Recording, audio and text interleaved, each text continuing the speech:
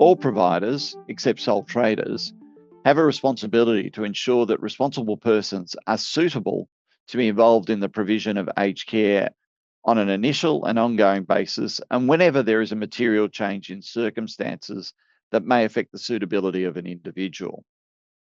What does suitable mean? Well, the Aged Care Act helps us out here by defining what are the factors that we need to take into account when assessing somebody's suitability. There is an extensive range of factors that we must look at, and I'll run through some of those in a moment. But what's important to note when you're thinking about these factors is that they're not necessarily, in all cases, ones that are going to exclude somebody from being suitable. They're factors that you need to consider in the context of that person, the role, your organisation, the people you deliver care to, and the nature of the services that you provide. You'll have to demonstrate that you have actually considered these matters and that you have reasons for the decision that you reach, whether that decision is the person remains suitable or is not suitable. So, what are some of the factors? Well, the person's experience in providing the sorts of services that you provide is important. That's one of the factors. Another factor is whether the person has been subject of a banning order, either in the aged care or the NDIS area. Has the individual been convicted of an indictable offence or the subject of a civil penalty order? Has the individual been a bankrupt or is a bankrupt, or have they been disqualified from managing corporations for any reason? Has the individual been the subject of adverse findings or enforcement by various government departments, agencies, or authorities at either a Commonwealth, state, or local government level?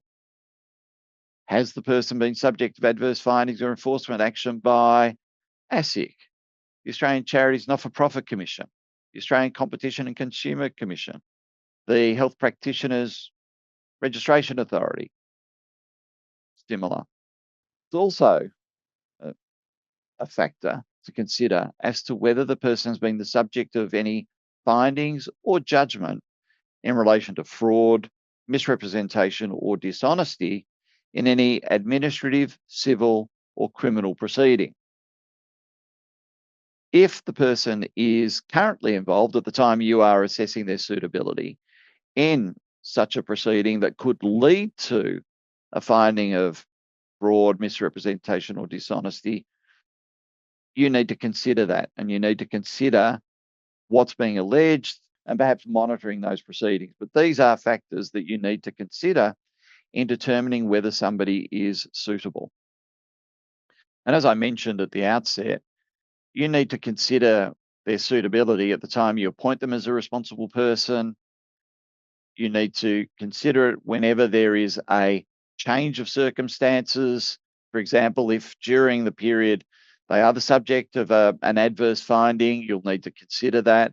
You also need to consider their suitability on an ongoing 12-monthly basis, at least every 12 months. And at least every 12 months, you'll need to relook at all of those factors, get any additional information, and form a view. And not only must you form a view, but you'll need to record that you've looked at their suitability, that you've considered the factors, that you've reached the decision, and the reasons for the decision as well.